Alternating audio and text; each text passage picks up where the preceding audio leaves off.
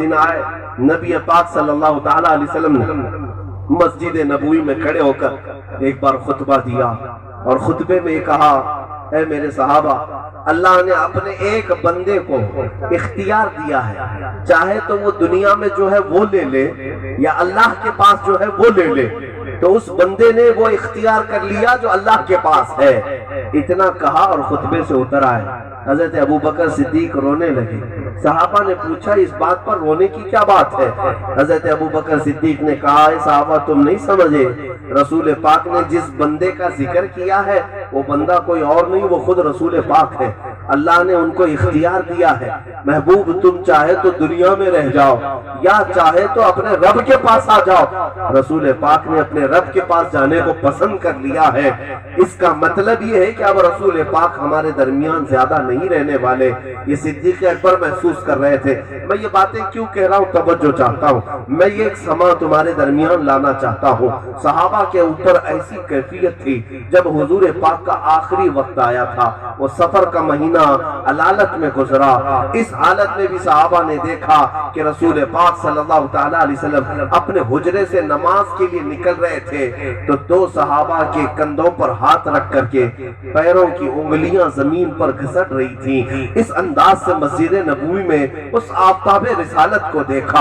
ان تکلیفوں کے بعد جب ربیع الاول شریف کا مہینہ آیا، یہ 13 ربیع الاول کا دن تھا، جب بخار سخت تھا، رسول پاک کا بدن تپ رہا تھا بخار سے، یہاں تک کہ بار بار آپ مسواک کو پانی میں ڈالتے اور دانتوں کی طرف چباتے یا پھر چہرے پر پانی کا چھڑکاؤ ہوتا۔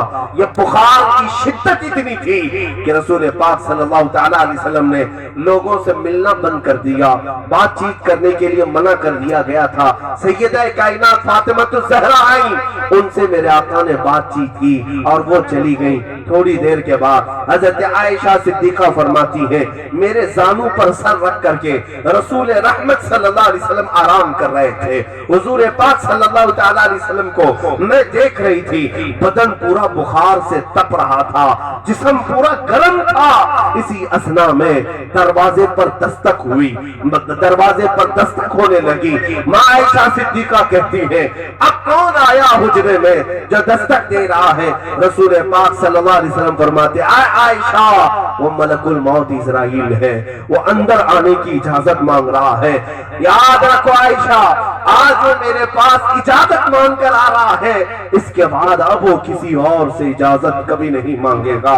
رسول پاک کے پاس موت کا فرشتہ ملک الموت اسرائیل جب اجازت لے کر کے حجرہ انور میں داخل ہوئے، توجہ چاہتا ہوں میرے عزیزوں، یہ میرے آقا کی رخصتی کا وقت ہے، دنیا سے روپوش ہونے کا وقت تھا، وہ چہرے انور کے پردہ پوشی کا وقت تھا، نبی رحمت صلی اللہ تعالیٰ علیہ وسلم کی رحلت کا وقت تھا۔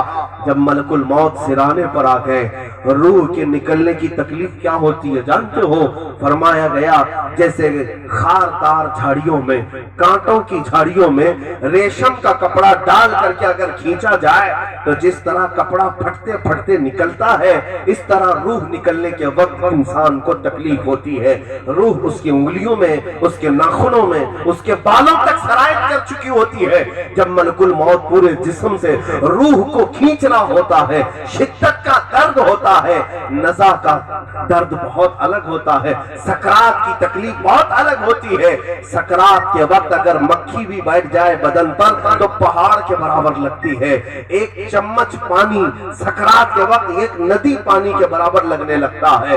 موت کا درد بہت ہوتا ہے، یہاں تک کہ نزع کے وقت آدمی اپنے ماں باپ کو بھول جاتا ہے، اپنے بھائی بہنوں کو پہچان نہیں پاتا، خود کو وہ بھول چکا ہوتا ہے، اتنا درد ہوتا ہے۔ یہ اوروں کی بات ہے مگر میں میرے مصطفیٰ کی بات کر رہا ہوں۔ رسول کریم صلی اللہ تعالیٰ علیہ وسلم کے آخری وقت کا حال یہ تھا کہ شدت کا بخار ہے، نزع کا وقت ہے، ملک الموت سرانے پر ہے، روح پاک کو لے کر اللہ کی بارگاہ میں لے جانا ہے۔ لیکن میں کہتا ہوں اے عزیزوں، اس وقت رسول پاک کی زبان سے اگر کوئی سوال نکلتا ہے تو یہ نہیں کہ میری ازواج کہاں ہے، میری اولاد کہاں ہے، میرے نواسے کہاں ہیں، میری بیٹیاں کہاں ہیں، نہیں، ملک الموت سے رسول پاک یوں پوچھتے ہیں، اے اسرائیل ذرا یہ تو بتا، یہ جو سکرات کا درد ہے کیا اس درد سے میری امت کو بھی گزارا جائے گا؟